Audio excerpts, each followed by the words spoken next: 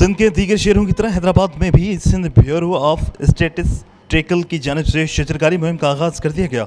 महकमा bureau of statistical के director general doctor Mohammad इस्हाक Ansari की हिदायत पर हैदराबाद में कायम ब्यूरो ऑफिस के डिविजनल ऑफिस में शाइस्ता लोधी की सरबराही में शजरकारी मुहिम का आगाज कर दिया गया।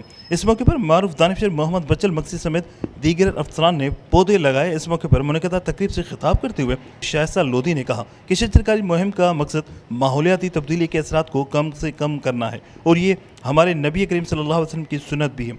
उनका मजीद कहना था कि एक दरख्त अगर सूख जाए तो उसकी जगह 4 नए दरख्त लगाए जाएं। दरख्तों का लगाना सदियों पुराना अमल है जिससे इंसानियत में हम आहंगी पैदा होती है। उन्होंने अवाम से भी अपील की है कि अपने अपने इलाकों में ज़्यादा से ज़्यादा शजरकारी की जाए ताकि माहौलियाती आलूदगी पर काबू पाया जा सके। तकरीब के इख्तिताम पर आने वाले मेहमानों को अजर के तहफ़ भी पेश किए गए।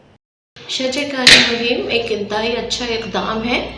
प्लांट्स ना सिर्फ माहौल को खूबसूरत, दिलकश, हसीन बनाते हैं बल्कि माहौलियाती आलूदगी को कम करने का बाइस होते हैं।